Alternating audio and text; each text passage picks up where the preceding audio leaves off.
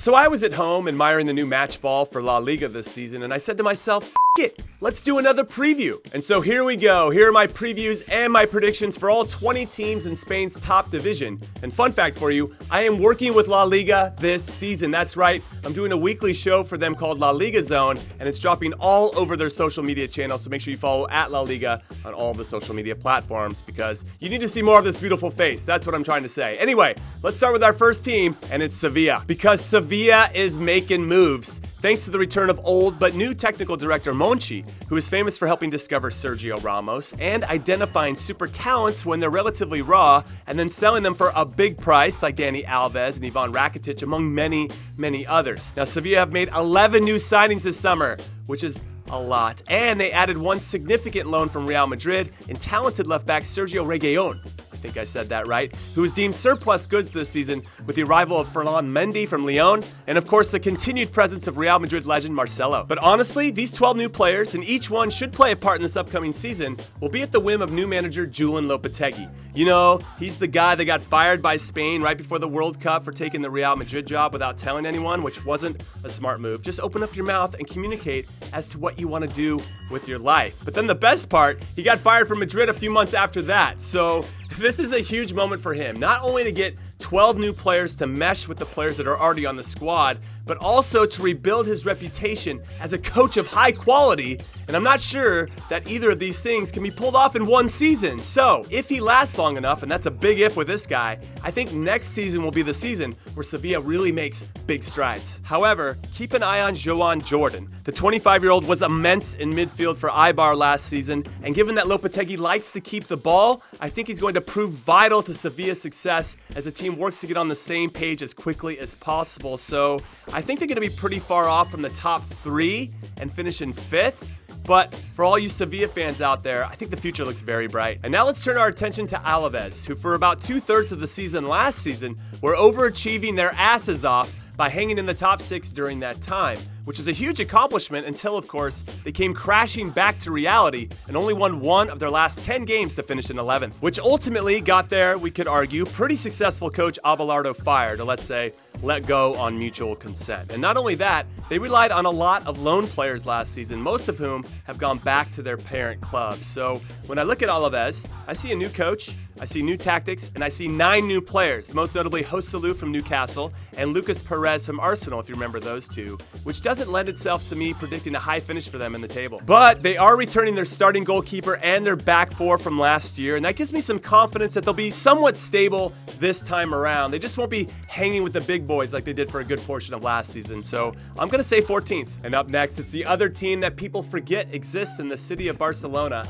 Espanol, who despite not being talked about all that much, did finish in 7th on the last day of the season last season to capture the last Europa League spot. So they got some players, including a very special left back, 21-year-old Adria Pedrosa, who developed in their academy and came on strong at the end of last season. And in fact, he's become so good so fast, I think he'll last the season and then move somewhere bigger next summer because there aren't too many high-quality outside backs out there, so keep an eye on him. As for the team overall, well, they lost their manager Rubi to Real Betis and hired David Gallego, who, outside of a short stint as a caretaker manager once for Espanyol, has never managed a team in the top flight, so this could be a big ask of him. However, since they're returning most of their core players, minus center back Mario Hermoso, who left for Atletico Madrid, I like them to be competitive this season, but not as good as last season. Especially because I don't expect Borja Iglesias, who scored 17 league goals last season, to match that output this season. Maybe he could do it if he gets sold, which could happen since the 26-year-old has a relatively low release clause, but if he stays with Espanyol and he's not scoring, then they're not winning. So I'm going to say 11th. And now let's talk a little shop about Mallorca, a club that only 14 months ago were playing in the 3rd division in Spain, and they now find themselves in the top flight after overcoming a 2-0 deficit in leg 1 of the 2nd division playoffs to beat Deportivo La Coruña 3-0 in the second leg to pull off the miracle and get promoted. The problem for them this season is that they're going to need another miracle just to stay up, but I think they have it in them. And I'm not saying that because I'm friends with some of their owners like Steve Nash or Stu Holden and Kyle Martino, or that the majority owners, Robert Sarver and Andrew Kohlberg, are American too. And okay, fine. maybe I am saying that because these guys are American and they're my friends, and that I'm being super biased. But that's because I know them, okay? And I want them and the club to do well. Manager Vicente Moreno has been with the team since they were in the 3rd division, and he's clearly been pushing the right buttons to get his team to overachieve, which includes him being super smart in the transfer market. So why should that change now that they made it to the top? I mean, sure, they're probably going to get smashed when they play one of the top 3 clubs in La Liga, but if they can make their home stadium a tough place to play, which I fully expect, and be difficult to play against on the road, I think they have it in them to survive, even if they don't have any superstar players in their team. So I'm hoping for 17th, but full disclosure, I'm making this prediction based on what I feel in my heart and not what I'm thinking in my brain, and that usually leads me to making mistakes and getting in trouble. And next up, it's the Yellow Submarine, also known as Villarreal, who did one of my favorite things. They fired their manager Javi Calleja in December after a very poor start to the season, which, keep in mind, this is a club that had finished in the top 6 for 5 consecutive seasons, so their standards are pretty high, only to rehire the same guy, Javi Calleja, a month later, which is awesome because I feel like I only hear about this happening in Spain. Now, I'm sure it happens elsewhere, but I feel like it happens a lot more in España. And he guided them to safety by finishing in 14th, but only 7 points away from the drop zone, which was their worst season since they got relegated in 2012. However, and despite their struggles, they have 2 of my favorite players in all of La Liga on their team in Santi Cazorla, who has found new life since coming back to Spain from his injury-plagued time in England with Arsenal, which, due to how well he's been playing recently, he has rightfully been called back into the Spanish national team for the first time in 4 years. And Samuel Chukwueze, the 20-year-old Nigerian international who scored 5 league goals last season while also helping his country get 3rd in the latest edition of the Africa Cup of Nations, so he'll be looking to build upon what looks to be a very promising career. Also, I love the moves that Villarreal have made in the transfer window, especially on the defensive side of the ball, because they added a ton of experience in 27-year-old left back Alberto Moreno, who was a free transfer from Liverpool, and if he's free, why not take the risk? And 27-year-old right back Ruben Peña and 33-year-old center back Raul Albiol for a combined 14 million euros, which I think is a tremendous piece of business because it just makes them more solid in 3 very important positions on the field. So I already like their vibe this season. Though it won't be enough to crack that top 6, it'll still be better than they did last season, so I'm going to say 9th. And now let's talk about our first Real team of the day, and there are a lot of Real teams in La Liga. Real Valladolid, who despite scoring only 32 goals in 38 league games last season, which is terrible, they found a way to stay up with 1 game left to go last season. So a hat tip, fist bump, and high five to their manager Sergio Gonzalez, who pulled off one hell of a magic trick to make that happen. Unfortunately, I think they're going to run into a similar situation this season, and even though I like their addition of Jorge de Frutos, who comes over on loan from Real Madrid because he has a ton of personality and imagination on the ball, so keep your eye on him, I don't think it's possible for them to survive another season of being the worst club in the league for scoring goals and yet still finding a way to stay up. So I'm sorry, amigos, lo siento, you're going to finish in 20th. And now it's time for me to talk about a team that, to anyone that closely follows my career mode, knows that I'm about to talk about one of those players on that specific team, and he's one of my favorite players in the whole world because he's a man who wins trophies no matter where he goes, whether it's in real life or in a video game, and that man is Kevin Gameiro. Come on, Gameiro! And he plays for Valencia, who, after a god-awful start to the season, almost saw their manager Marcelino get sacked midway through, which seems to be a consistent theme in La Liga. Lots of impatient sackings, it seems, though they might hire you a month later. But fortunately for both the club and the manager, they figured out a way to solve their problems, and that led to Valencia absolutely tearing it up in the second half of the season. I mean, they were so good during this stretch, it saw them claw their way into 4th to claim the last Champions League spot on the last day of the season. Then they got to the semifinals of the Europa League, and they won the Copa del Rey over Barcelona, which was their first trophy in 11 years. So what's not to like about their chances this season? They added a few pieces to their squad, most notably 22-year-old striker Maxi Gomez from Celta de Vigo, who had 13 goals last season, which is pretty impressive. And even though that will probably take significant playing time away from Kevin Gameiro, and that makes me sad, I like the move overall. And just because it has to be said, I really like the underrated midfield duo of Parejo and Kondogbia. I think they have top quality and a good understanding of each other, which is always fun to watch. However, I don't think they're going to have enough to crack into the top 3 because the top 3 look absolutely dynamite this season, but I think 4th. which is such a pivotal spot in the La Liga table because it's the last Champions League place available, and I believe it's their position to lose. So I'm going to say they get 4th again this season. And of course, I've got to do it because he's my boy and I love him. I got to give another shout out to Kevin Gameiro. So go on, Gameiro! One of my life goals is to meet him in person, and I plan on doing it this season with my relationship with La Liga, and that is a promise. It's going to go down, and it's going to be the best day of my life. And up next is the other club that plays in the city of Valencia, Levante. And here are 3 reasons why I think they'll have a good season, and they are Jose Campaña, Ruben Rochina, and Ines Bardi, who run the midfield for the team, which we could argue is where the majority of matches are won and lost. And in case I wasn't clear enough for you, these guys are absolute ballers, combining for 11 goals and 18 assists last season. Unfortunately, here's the one reason why they won't do well: their defense. They conceded 66 goals in 38 games last season, which was the 2nd worst in all of La Liga, which is unacceptable. And they didn't really make any signings on the defensive side of the ball this summer that's going to make me believe that this will get fixed anytime soon. So right now, I'm going to say they're going to get relegated in 19th, but let me talk about the rest of the teams and see if I change my mind. I probably won't because I'm a firm believer that defense wins championships and keeps you safe from relegation, but maybe I will.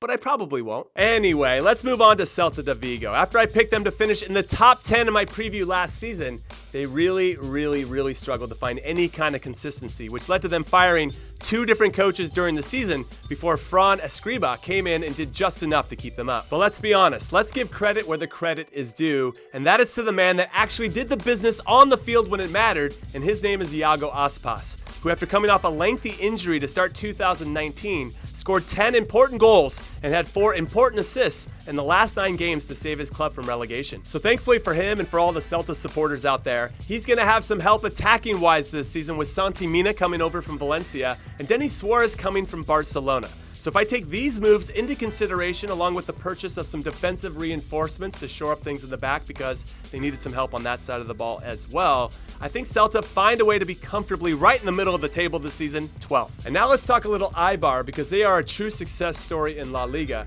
and perhaps the best definition of overachievers in Spain's top flight. They don't have the budget or the big names or the big sponsors or the big stadium. Their stadium only holds 7,000 people.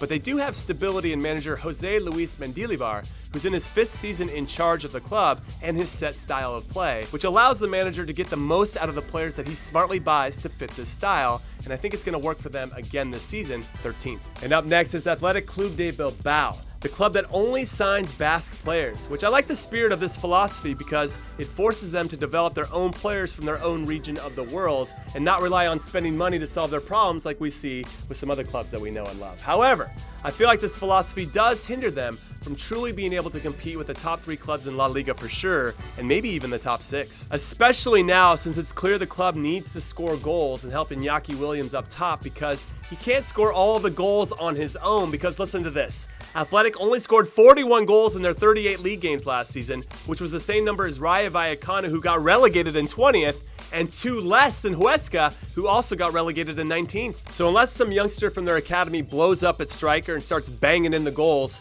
this could be another tough season of hoping for 1-0 wins for Athletic supporters, and that's never fun. But despite this issue and the fact that they never truly replaced Kepa and Laporte when those 2 left for the Premier League, they still have more than enough talent and a home stadium in the San Mames that no other team likes to play in that's working in their favor, and I think that should help them finish in 8th. And now let's talk some Real Sociedad because I don't know what to make of them after all their summer moves of buying or loaning players that have a lot of potential. And I'm talking about 19-year-old striker and Swedish international Alexander Isak, who crushed it in the Eredivisie on loan from Borussia Dortmund last season, but then Dortmund sold him for only 10 million euros. I mean, what? Why would Dortmund sell him for that cheap?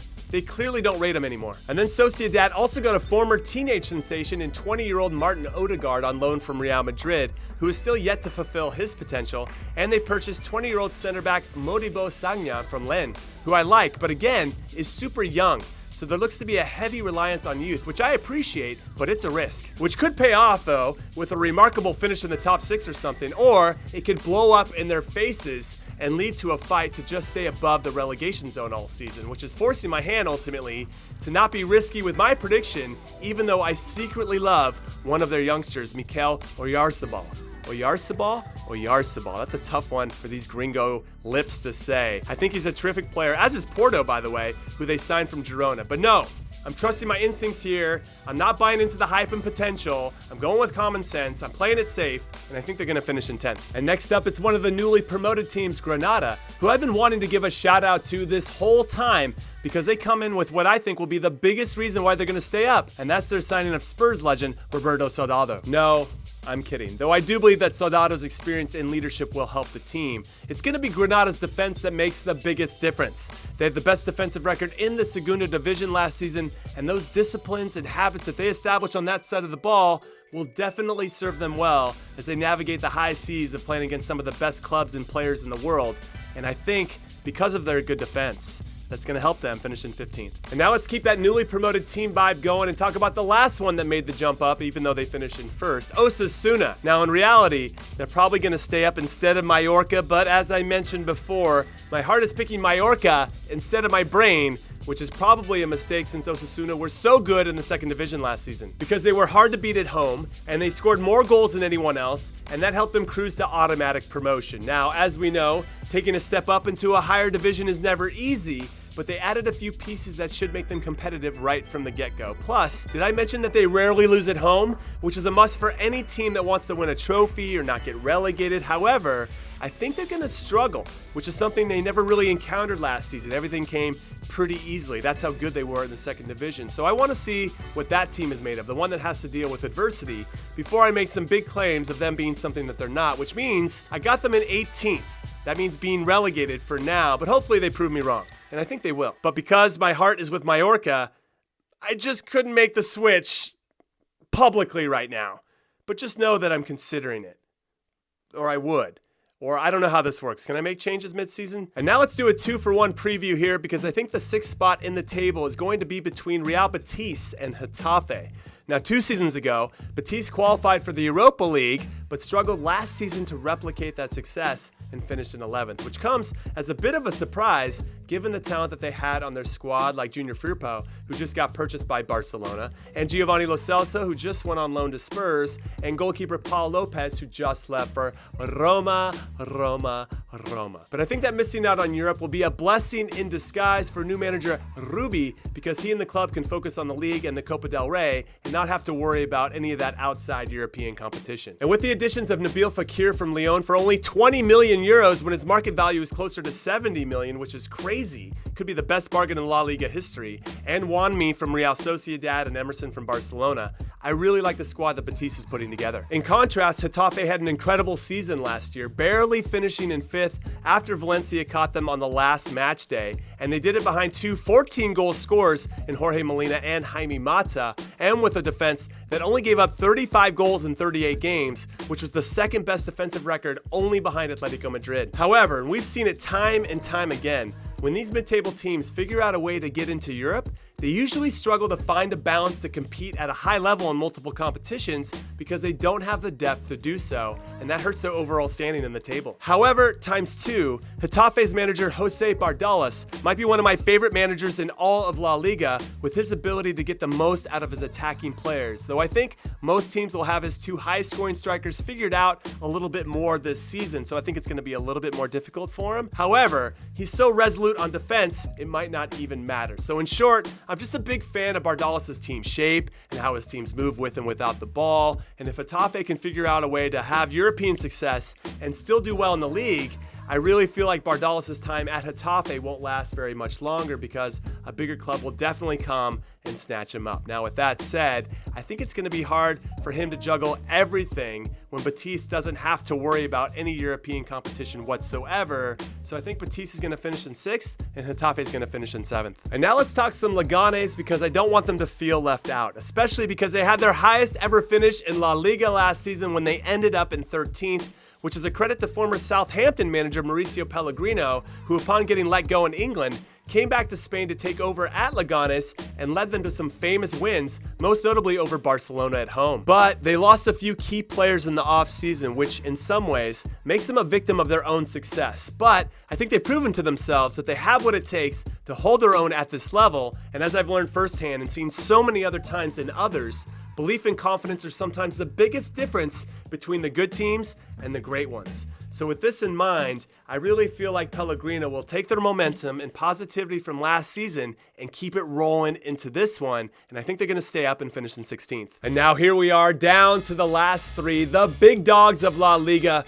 which given the immense amount of talent that all three of these clubs possess, all of them have a chance to win the league in my humble opinion. But we're going to start with Atleti first because they did something that I never ever thought that they would ever do, not in a million years, when their manager Diego Simeone spent over 100 million euros on one player. So clearly I've been proven wrong. Atleti is not afraid to spend because with the selling of Antoine Griezmann to Barcelona, Lucas Hernandez to Bayern Munich, and Rodri to Manchester City, Atleti had some extra cash to make a splash, and they spent a lot of it on one of the top young players in the world, João Felix, who has looked fantastic in their preseason tour around the globe this summer, which so far has elevated the games of the players around him, most notably in Diego Costa and Alvaro Morata, and I expect that to continue because I got to see him up close and personal in Atleti's super surprising domination over Real Madrid in New York City for a preseason friendly. It was a 7-3 game. 5-0 after 30 minutes. They were cruising Atleti. It was super impressive. And all I can say is, João Felix is the real deal. Also, João Felix's ability to play in different positions gives Atleti some flexibility in how they play, so I think that will help them be less predictable for their opponents attacking-wise, which should lead to more success, which means if they can stay on the heels of Barcelona and Real Madrid for most of the season, then maybe, just maybe, they can steal the trophy with a good run of form at the end. But as much as this pains me to say, because I think you guys all know that I'm quietly an Atleti supporter, I'm going to say they're going to finish in third. But they're going to be right on the heels of these teams for the whole goddamn season. And I swear, they're only going to be separated by 3 or 4 points after 38 games. It's going to be that close in La Liga this season. And now let's switch gears to talk about the other team from Madrid, Los Blancos, who are trying to recapture their previous magic with old but new manager Zinedine Zidane, who took over 2/3 of the way through last season to help Europe's most successful club recover from a bad start and end up finishing in third. But thankfully for all you Madridistas out there, Zidane has had a full summer to make some significant changes to the team, like signing one of the world's best players in Eden Hazard, one of the best strikers and left backs in all of Europe last season, Luka Jovic and Ferland Mendy respectively, and arguably 2 of the best young Brazilians playing today in Eder Militao and Rodrigo. So if you mix this talent in with the talent that Los Blancos already have, it could be a very special season for them. However, the big challenge for Zidane will be getting all these new players to gel with the players that are already on the team, and to do it quickly, because the summer break isn't as long as it used to be, especially when a lot of his players were playing for their countries in international competitions this past summer. But that is a problem that all the big clubs have, so it isn't isolated to Real Madrid, but it's a problem nonetheless. And so are the situations of Gareth Bale and James Rodriguez. Are they staying? Are they going? Is Neymar coming in? What in the hell is going on? Now, once the season starts, I feel like things will settle down a bit, but for right now, and after a bumpy preseason where the team didn't look very good, I can't see them finishing higher than second, and they could possibly finish in third for the second consecutive season. Which means the team that won the league last season is the team I'm picking to win it again, because even though the core players of Leo Messi, Luis Suarez, Sergio Busquets, and Gerard Piqué are a year older, so are some of their talented youngsters like Ousmane Dembele and Artur, so we should all expect even bigger things from these younger players and the team overall this season. Especially if we take into consideration their new signings, Antoine Griezmann, Frankie de Jong, and Junior Firpo, who's one of Real Batista's real stars last season, to go along with Philippe Coutinho or Neymar if he returns, and Mark ter Stegen, who I still feel like is underrated as a goalkeeper, because these 3 players in particular are in the prime years of their careers. So this looks like another season where Barcelona just has a little bit more than anyone else, especially when you consider that they got Atleti's best player in Griezmann, and because Madrid just don't seem as organized as they could be at the moment, despite the crazy amount of talent that they have on their squad. Also, and I know I said something similar last year in my preview, but we're probably counting on one hand how many more years Messi has left to play at the highest of levels. I'm going to say 3 to 4 years, as he tries to win yet another Champions League trophy, which has been a big point of emphasis for him lately, and more La Liga and Copa del Rey trophies too. So he should be as motivated and as urgent as ever to win everything that he possibly can, and as we've learned, a motivated Messi is the best Messi, which again is a really long way of me saying that I think Barcelona is going to finish in first. Also, fun fact for you guys, I worked with Barcelona in Miami last week and they brought me a gift. Yes, it was one of their new jerseys, but not only that, they put my name on it. And not just my name, my kick-ass nickname, Conradinho. But I want to assure you that I have journalistic integrity, and this didn't influence me at all in picking them to win La Liga in my preview. I would never do that. You can never buy my love like that. Maybe you could. This jersey's amazing. Yes. Don't leave this part in. Anyway, what do you guys think? Did I nail these predictions or what? Of course I did, because that's what I do. So let me know your thoughts below, or hit me up on Twitter or Instagram at Jimmy Conrad and share your thoughts on those platforms. And please hit that like and subscribe button to show your appreciation for what me and Mike K are making for all of you on a consistent basis. It would mean a lot. Later.